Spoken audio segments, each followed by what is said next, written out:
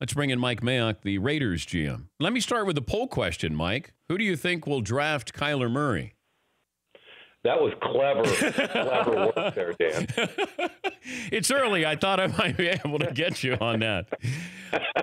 I mean, come on. I'm sitting here listening to your poll question. Really? Okay. Am I going to? Dan, there was a day you were subtle. I'll leave it that way. Okay, can I talk to the analyst Mike Mayock for a moment, as opposed to the GM Mike Mayock? Nah, that dude's gone, man. Okay. Have you learned to lie? I'm not a really good liar, like my kids say. I mean, at the end of the day, Kyler Murray is just intriguing. It's become such a quarterback-driven league. It seems like every year, when I was an analyst, I felt like there were 3 or 4 quarterbacks that probably should have been mid to late first rounders for true value, and they always got pushed up kind of into the top 10 or top 5. And I think it happens every year, and I think we're in the midst of, at this point of the year in March, I think the quarterback thing becomes more and more a conversation. And Kyler Murray has got special talent. Haskins has special talent from Ohio State. Kid from Mizzou has special talent. So, yeah, I think all those guys are very intriguing.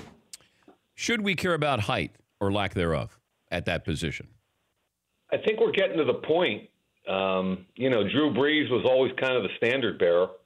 But Russell Wilson and, you start watching the way the game has changed. We're getting more and more of the spread style offense from the colleges, and I think you watch a film of Kyler Murray. The kid's got a big arm. The ball hops out of his hand. He seems to find passing lanes. Not many balls get knocked down, so you'll always have some concern about that. But I think there are other variables that come into play for him. You and John did not go to Kyler Murray's pro day. What was the reason for that? John and I were a little bit busy with free agency. Okay. Does the pro day matter that much to you, to coaches, to GMs? I think for quarterbacks, I think you have to see them live. It doesn't have to be a pro day. I think you have to see them throw the ball live. It can certainly be during a season. It can be at a lot of different places, but it's the one position where I think you can watch all the tape in the world, but you also have to at least see the ball live out of his hand. I've always believed that, and I think I always will. We're talking to Mike Mayock, the Oakland Raiders GM, joining us, Dan Patrick Show. It's still tough to say that, Mike. I mean, I'm proud, I'm happy for you, but you're Mike Mayock. I'm so used to saying Mike Mayock of the NFL Network. You and me both, pal. It's a little different.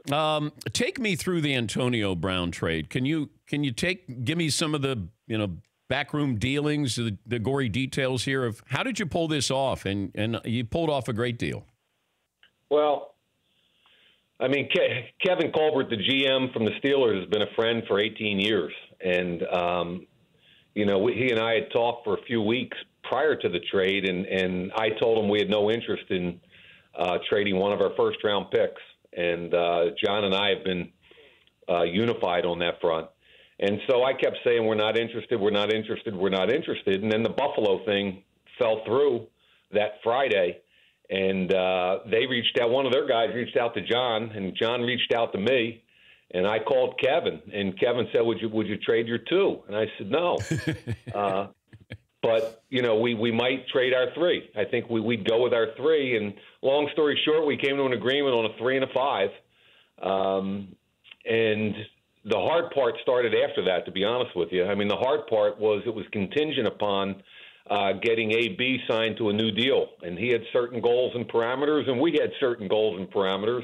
The deal was on and off 2 or 3 different times. I mean, I went to bed Friday night, the deal was off. And we got up Saturday morning, and to Drew Rosenhaus's credit, he knows how to put a deal together. I mean, he's tenacious. And, we went back and forth, I can't tell you how many times, and we moved a little, and they moved a little, and ultimately Antonio Brown became a Raider. Yeah, I'm always curious about that, the best deal you can make sometimes is when you can walk away from a deal, or you give the impression, I can walk away from this deal. Was that part of the strategy? I think you've always got to be willing to walk away from a deal, and we went into it, and there was bottom line is, again, John and I were unified on those 3 first-round picks. So as intriguing as AB was, we were trying to build this team a certain way. But when he became available at a different level, it was kind of like, listen, we can change how we practice. We can change what we look like on Sunday. We can change how teams have to defend us. And for a 3 and a 5 at that point, we were ready to say, okay, it looks like free agency's got to change for us. And, I mean, the funniest part was I barely have been out of this building, and our owner, Mark Davis, asked John and I to come to Las Vegas for an event that Friday. And so we took our wives. We barely saw our wives. It was, as John said in the press conference, we were basically dating Drew Rosenhaus and Antonio Brown that night on the phone and trying to make things happen. So it was pretty cool, and ultimately it worked out. Are you rebuilding? I'm not sure how to define what the Raiders are doing after you trade Khalil Mack and you trade Amari Cooper, but then you bring in AB. Look, I wasn't here last year, so I can't speak for that. What I do know is we were 4-12. We added 4 really important starting players to our team. We haven't even talked about Trent Brown, who's 25 years old, and we think one of the dominating, ascending linemen in this league. Tyrell Williams, who played for our division rival Chargers. We're going to pair him with AB. LaMarcus Joyner, our nickel/safety, who we think is special. And again, all of those guys are young. Mm-hmm. So people look at me and say, well, Antonio Brown's going to be 31 years old. And I'm like, yeah, but, dude, he travels with a nutritionist. He travels with his trainer. I've never seen a guy that spends more time trying to make sure that he's going to play for 7, 8, 9 more years. And I thought the most telling comment he made in the press conference when he was asked about goals and ambitions outside of team goals, he said, I'd like to catch Jerry Rice. And he believes it. And I love that he believes it. So I don't think his age is contrary to what we're trying to do as far as building a young, powerful, tough football team. When you look at personality, where do you stand? It doesn't strike me as Gruden's afraid of that, but, when you're bringing in a big personality by Antonio Brown, what concerns, if any, do you have? I look at the positive side of it. First of all, the connection between him and Jon Gruden was amazing. I mean, John's connection with players, they want to come play for Chucky. It's unbelievable. And the two of them giggling like little kids watching clips of Antonio Brown in his office after we signed him was just priceless. As far as, whatever happened in Pittsburgh, that thing fell apart in the last year, and sometimes those things happen. I saw nothing. And again, I've seen him practice, Dan, 10 or 15 times in my duties as a broadcaster in Latrobe, Pennsylvania, in 100-degree weather. Nobody practices harder. You can say what you want about who he is or what he is, or all I know is he wants the football and he practices harder than anybody. He's potentially a Hall of Fame wide receiver, and again, he kind of changes what we do on offense. What do you and Gruden talk about? What do you say to each other? I don't know what that means.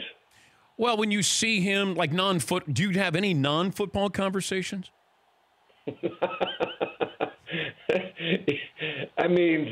He's all ball all the time. Our non-football conversations basically evolve around other teams' football. Hey, what do you think Arizona's going to do? Hey, what do you think of the moves from Denver? Hey, what do you got up with? Who's the top guy on your tackle board? I'm like, Coach, how you doing, man? It's good to see you. Would you be surprised if Arizona does not end up with Kyler Murray? Dan, I have no idea who's going to do. I have no idea who's going to do what, and I mean that. They took Josh Rosen last year.